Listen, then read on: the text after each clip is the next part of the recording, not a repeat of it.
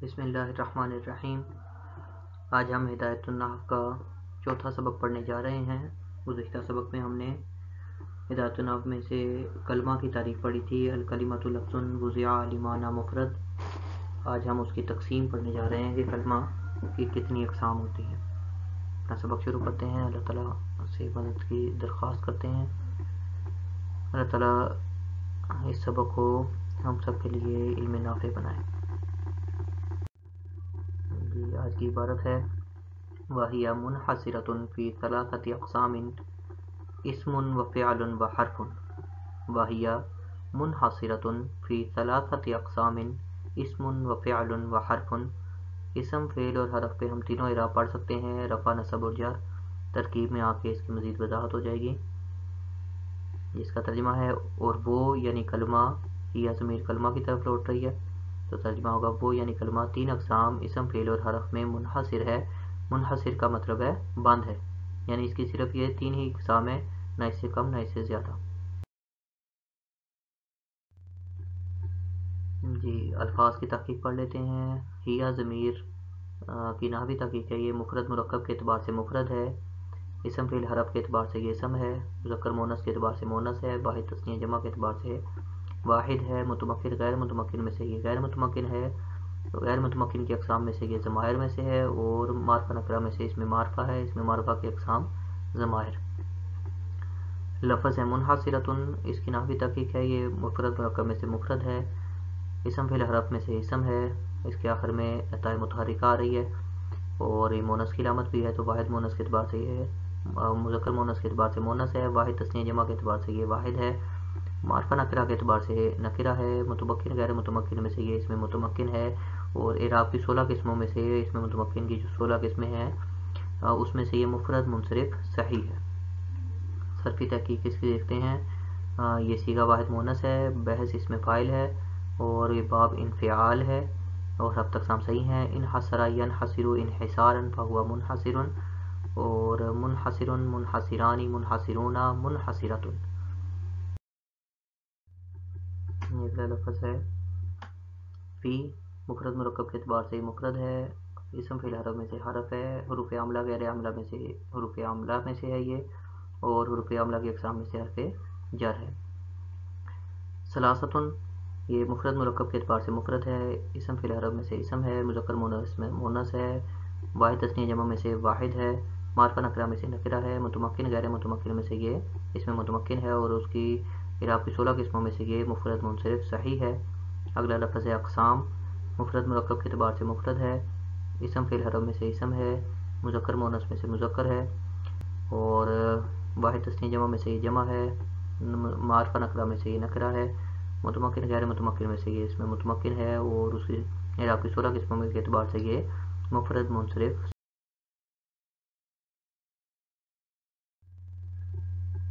وَهِيَ مُنْحَصِرَةٌ فِي ثَلَاثَةِ أَقْسَامٍ اسم وفعل وحرف۔ اس کی ترکیب دیکھ لیتے ہیں۔ واو حرف عطف، ہیا مبتدا، ضمیر یہ ہیا مبتدا ہے، ضمیر لوٹ رہی ہے کلمہ کی طرف، منحصرۃ صیغہ اس میں فاعل ہے، ضمیر اس کا فاعل، فی حرف جر،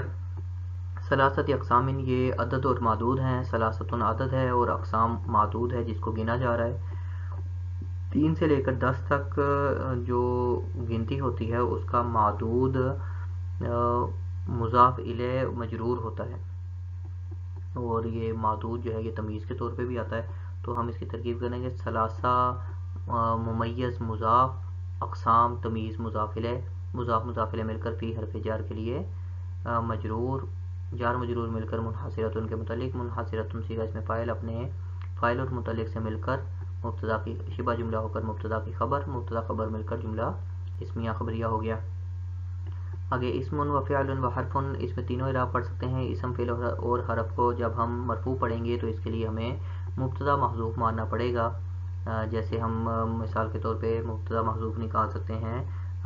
واحدھا اسم و ثانیھا فعل و ثالثھا حرف، اس صورت میں واحدھا ثانیھا ثالثھا یہ مبتدا بن جائیں گے، اور اسم و فعل و حرف ان کی خبریں بن جائیں گی، اور یہ تینوں جملے جملہ اسمیہ خبریہ بنیں گے۔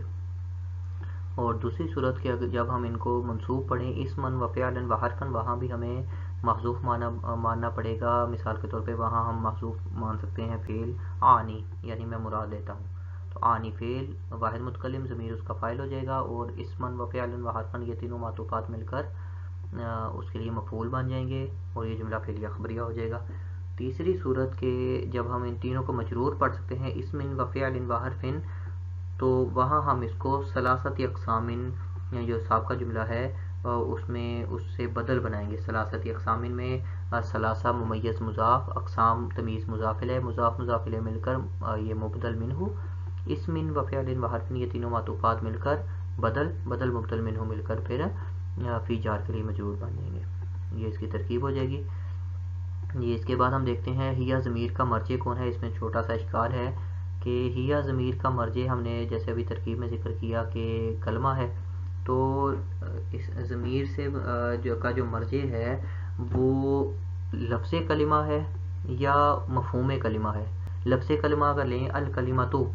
اگر لفظ اس کا مرجع مراد لیں تو الکلمۃ لفظ جو ہے وہ اسم ہے، جیسا کہ اس پہ الف لام داخل ہے، تو وہ اس کا مطلب بن جائے گا الکلمۃ یعنی الاسم منحصرۃ فی ثلاثۃ اقسام اسم و فعل و حرف، تو یعنی اسم کی تین اقسام ہیں، اسم فعل اور حرف۔ کلمہ جو کہ اسم ہے اس کی تین اقسام ہے، اسم فعل اور حرف۔ تو ایک چیز اپنی ذات کی طرف اور اپنے غیر کی طرف تقسیم ہو رہی ہے، اور یہ باطل ہے۔ ایک مثال کے طور پہ اس کو سمجھیں کہ اگر کوئی بندہ کہے کہ میرے دو بیٹے ہیں، ایک میں خود اور ایک زید، تو یہ باطل ہے۔ تو اس طرح یہ لفظ کلمہ اس کا مرجع بنانا درست نہیں ہے۔ دوسری صورت ہے کہ مفہوم کلمہ اگر بنائیں مرجع، تو اس صورت میں مفہوم کلمہ جو ہے وہ مذکر ہے اور یہاں ضمیر مؤنث کی آ رہی ہے، تو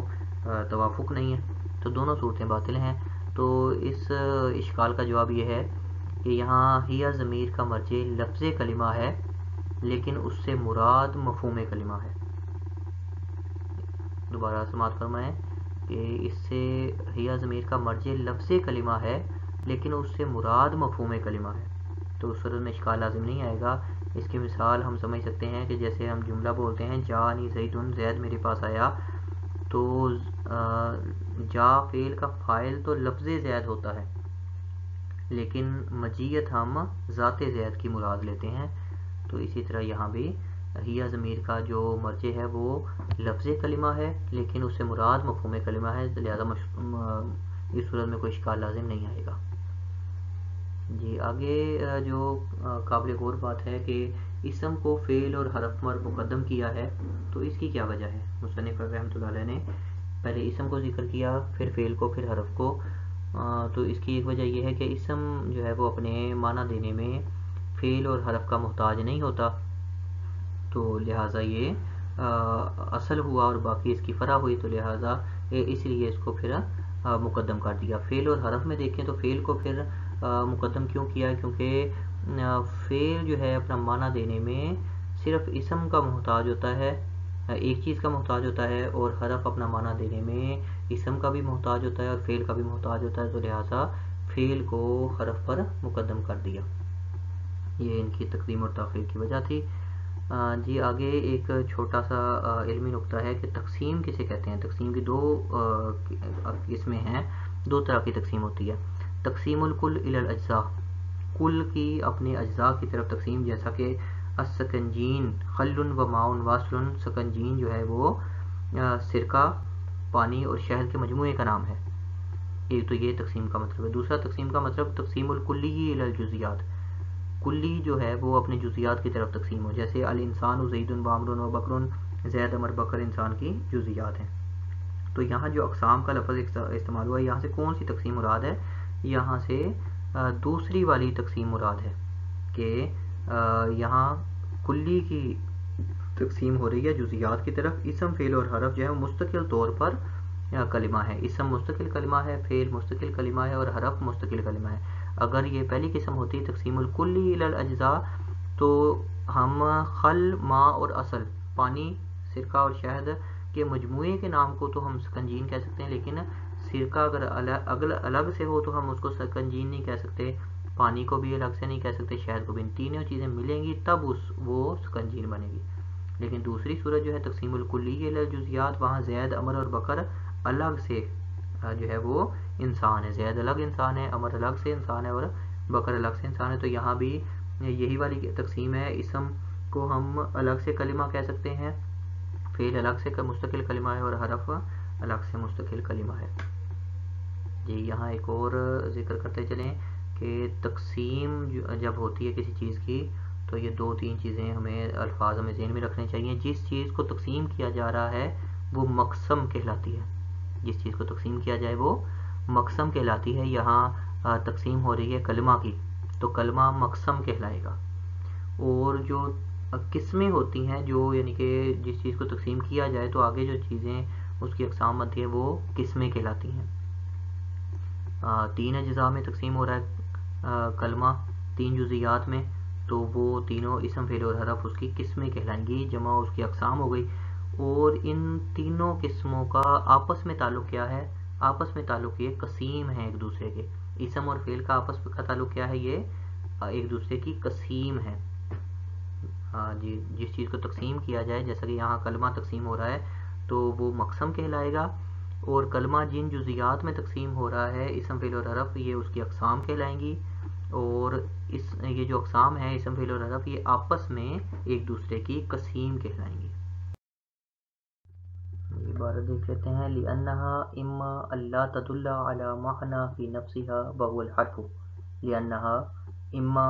أَلَّا تَدُلَّ عَلَى مَعْنَى فِي نَفْسِهَا وَهُوَ الْحَرْفُ، اس لیے کہ یا تو وہ ایسے معنی پر دلالت نہیں کرے گا کہ اس کی ذات میں پائے جاتے ہوں اور وہ حرف ہے، لِأَنَّا اس لیے کہ وہ لا تدلّ وہ دلالت نہیں کرے گا علی معنی ایسے معنی پر فی نفسیہ جو اس کی ذات میں پائے جاتے ہوں، وہ الحرف اور وہ حرف ہے۔ دوسری قسم، او تدل علی معنی فی نفسیہ ویقترن معناها بأحد الازمنة الثلاثة، او تدل علی معنی فی نفسیہ ویقترن معناها بأحد الازمنة الثلاثة وهو الفعل، یا وہ ایسے معنی پر دلالت کرے گا جو اس کی ذات میں پائے جاتے ہوں اور اس کا معنی تینوں میں سے کسی ایک زمانے سے ملا ہوگا اور وہ فعل ہے۔ او تدلّہ یا وہ دلالت کرے گا علی معنی ایسے معنی پر فی نفسیہ جو اس کی ذات میں پائے جاتے ہوں، ویقترن اور ملا ہوگا معناها اس کا معنی بأحد الازمنة الثلاثة تینوں میں سے کسی ایک زمانے کے ساتھ، وهو الفعل اور وہ فعل ہے۔ تیسری صورت، او تدل علی معنی فی نفسیہ ولم یقترن معناها به وهو الاسم، او تدل علی معنی فی نفسها ولم یقترن معناها به وهو الاسم، یا وہ ایسے معنی پر دلالت کرے گا جو اس کی ذات میں پائے جاتے ہوں اور اس کا معنی اس کے ساتھ ملا نہیں ہوگا، یعنی تین میں سے کسی ایک زمانے سے نہیں ملا ہوگا اور وہ اسم ہے۔ او تدل علی معنی فی نفسها، یا وہ اپنے ذاتی معنی پر دلالت کرتا ہوگا، ولم یقترن معناها به اور اس کا معنی اس کے ساتھ یعنی تینوں میں سے کسی ایک زمانے کے ساتھ ملا نہیں ہوگا، وہو الاسم اور وہ اس کی ترکیب کر لیتے ہیں۔ لِأَنَّهَا لام حرف جر ہے، انا حرف مشبہ بالفعل ہے، ہا ضمیر اس کا اسم ہے جو فعل لوٹ رہا ہے کلمہ کی طرف، اما حرف تفسیر ہے تفصیلیہ، اور ان مصدریہ ہے، یہ مضارع کو نصب دیتا ہے اور فعل کو مصدر کے معنی میں کر دیتا ہے۔ ان مصدریہ لا تدل فعل ہے، دلہ یدلو باب نصر ینصر سے ہے، صیغہ یہ مضارع کا ہے، واحد مؤنث حاضر، کلمہ کی طرف اس کی ضمیر لوٹ رہی ہے، فاعل علی حرف جر ہے، معنی مجرور، جار مجرور مل کر لا تدل کے فعل کے متعلق، فی نفسہا فی حرف جر، نفسہا مضاف مضاف الیہ مل کر مجرور، جار مجرور مل کر یہ بھی لا تدل کے متعلق۔ ایک یہاں ترکیب اور ہو سکتی ہے کہ معنی اس کو ہم موصوف بنا دیں اور فی نفسہا جار مجرور مل کر حاصل ان کے متعلق ہو کر شبہ جملہ ہو کر معنی کی صفت اور موصوف صفت مل کر علی جار کے لیے مجرور، دونوں ترکیبیں درست ہیں۔ یہ سارا جملہ مل کر جملہ فعلیہ خبریہ ہو کر معطوف علیہ۔ آگے وہو الحرف کو ہم چھوڑ دیتے ہیں، او تدل علی معنی فی نفسہا، او حرف عطف ہے، تدل فعل علی حرف جر، معنی فی نفسہا، اس میں وہی دو ترکیبیں ہوں گی، علی معنی اور فی نفسہا کو الگ الگ سے تدل کے متعلق کر دیں، یا معنی کو موصوف بنا دیں اور فی نفسہا کو اس کی صفت بنا دیں۔ وَيَقْتَرِنُ مَعْنَاهَا بِأَحَدِ الْأَزْمِنَةِ الثَّلَاثَةِ وَيَقْتَرِنُ اقترن یقترن اقتران باب افتعال ہے، اور معناها مضاف مضاف الیہ مل کر اس کا فاعل، بأحد الازمنۃ الثلاثہ با حرف جر ہے، احد مضاف، الازمنہ موصوف، ثلاثہ صفت، موصوف صفت مل کر مضاف الیہ، احد کے لیے احد مضاف اپنے مضاف الیہ سے مل کر، با جار کے لیے مجرور، جار مجرور مل کر یقترن کے متعلق، یقترن فعل اپنے فاعل اور متعلق سے مل کر جملہ فعلیہ خبریہ ہو کر یہ حال بنے گا، واو حالیہ ہے و یقترن،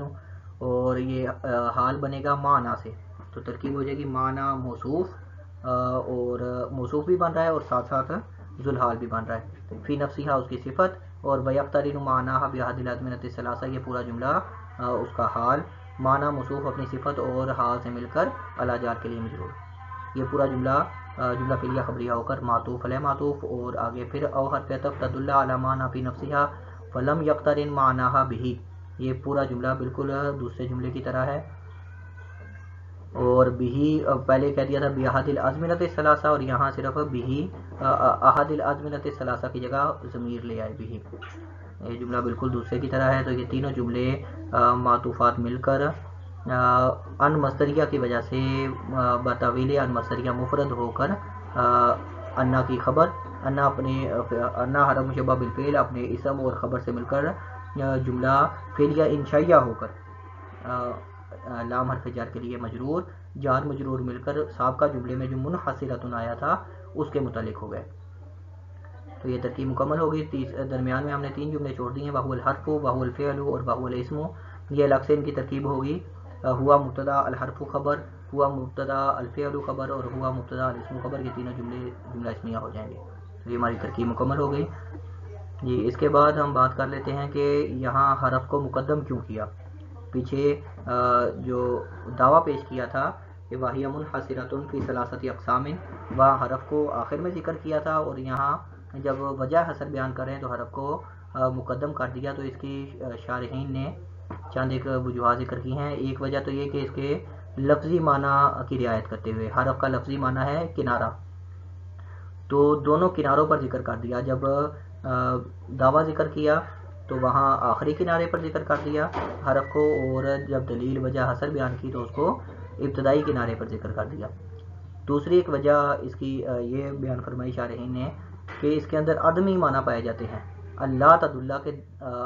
اپنے ذاتی معنی پر دلالت نہیں پائی جا رہی، تو اس میں عدمی معنی ہے اور باقی دونوں میں وجودی معنی ہے، اور عدم وجود سے جو ہے وہ مقدم ہوتا ہے کیونکہ وہ اصل ہوتا ہے اور وجود اس کی فرع ہوتی ہے، اس لیے حرف کو مقدم کر دیا، بہرحال یہ حرف کی تقدیم کی وجہ ہے۔ تیسرا یہاں ایک نقطہ شرحی نے ذکر کیا کہ جو دعویٰ کیا تھا اور جو دلیل دی ہے اس کی وجہ حسر بیان کی ہے، ان میں مطابقت نہیں ہے، کیونکہ دلیل کے اندر بار بار آ رہا ہے اللہ تدلہ او تدلہ، دلالت کا ذکر آ رہا ہے، جبکہ دعویٰ میں تو دلالت کے پر بحث ہی نہیں کی گئی، دعویٰ کے اندر دلالت کا لفظ ہی موجود نہیں ہے، تو اس کا جواب یہ دیتے ہیں کہ دعویٰ کے اندر ضمناً دلالت موجود ہے، کیونکہ وضع کا لفظ استعمال ہوا تھا اور وضع کے اندر دلالت کے معنی پائے جاتے ہیں، لہذا توافق ہے دعویٰ اور دلیل کے اندر۔ یہ آگے ایک علمی نقطہ ہے چھوٹا سا کہ حروف کی چند ایک اقسام ہوتی ہیں، حروف الہجا، حروف المبانی اور حروف المعانی۔ حروف الہجا کہتے ہیں کہ جب حروف کے اسماء ذکر کیے جائیں، جیسے حروف تہجی ہم پڑھاتے ہیں الالف والباء والتاء الجیم وغیرہ، تو جہاں اس کے اسم ہوں تو وہ حروف ہجا کہلائیں گے، اور جہاں وہ کسی حرف کے اندر کسی لفظ کے اندر حروف استعمال ہو رہے ہوں وہاں اسے حروف المبانی کہیں گے، جیسے وہو الفعل، الفعل میں الف لام فا عین اور لام یہ سارے حروف استعمال ہو رہے ہیں اور ان سب سے مل کر ایک لفظ بن رہا ہے، تو یہاں یہ حروف حروف المبانی کہلائیں گے۔ اور تیسری قسم حروف المعانی جہاں حرف کا الگ سے کوئی معنی ہو، جیسے لأنہا میں لام حرف جر ہے، اس کا الگ سے ایک معنی ہے، تو جہاں حروف کا الگ سے کوئی معنی ہو اسے حروف المعانی کہتے ہیں۔ جی ایک اور بات یہاں ذکر کر دیں، لأنہا میں تھوڑی سی وضاحت ہے، یہاں ایک اشکال پیدا ہوتا ہے کہ مبتدا اور خبر میں مطابقت ہوتی ہے، اب لأنہا کی حاضمی لوٹ رہی کلمہ کی طرف جو کہ ایک ذات ہے، اور آگے جو انہا کی خبر ہے، انہا کی خبر وہ بتاویل ان مصدریہ مفرد ہو گئی اور مصدری معنی میں ہو گئی، تو مصدر کا حمل ذات پر ہو گیا جو کہ باطل ہے، مصدر کا حمل ذات پر نہیں ہوتا، تو اس کے اس خرابی کو دور کرنے کے لیے ہم انہا، ہا ضمیر سے پہلے مضاف کو حال مضاف کو محذوف مانیں گے، لأن حالہا اس کی حالت یہ ہے، یہ ہم مضاف محذوف مانیں گے تو یہ خرابی دور ہو جائے گی۔ جاری وجہ حسر اس کو ایک دفعہ پھر دیکھ لیتے ہیں کہ کلمہ کی تقسیم ہے، کلمہ دو ہا سے خالی نہیں ہے کہ یا تو وہ اپنے ذاتی معنی پر دلالت کرے گا یا ذاتی معنی پر دلالت نہیں کرے گا۔ ذاتی معنی پر اگر دلالت کر رہا ہے تو وہ حرف ہے، اور اگر ذاتی معنی پر دلالت کرے تو اس کی دو صورتیں ہیں، یا تو وہ تین زمانوں میں سے کوئی زمانہ اس میں پایا جائے گا اور وہ فعل ہے، اور اگر کوئی زمانہ اس میں نہیں پایا جا رہا تو وہ اسم ہے۔ یہ وجہ حسر ہے، اس کی کوئی چوتھی صورت نہیں نکل سکتی۔ یہی بات سمجھائی وجہ حسر میں۔ تو یہ سبق مکمل ہو گیا، کلمہ کی تقسیم بیان کی کہ وہ تین اقسام میں بند ہے، صرف تین قسمیں ہیں، اسم فعل اور حرف۔ دعا ہے کہ اللہ تعالیٰ اسے ہمارے لیے علم نافع بنائے، دعاؤں میں یاد رکھیے گا اور چینل سبسکرائب کر لیں تاکہ ویڈیو آپ کو ملتی رہے، اور مجھے اپنی دعاؤں میں بار بار یاد رکھیے۔ اللہ تعالیٰ اس سلسلے کو جاری و ساری فرمائے اور ہماری آخرت کا لیے یہ مغفرت کا ذریعہ بنائے، آمین۔ السلام علیکم ورحمۃ اللہ۔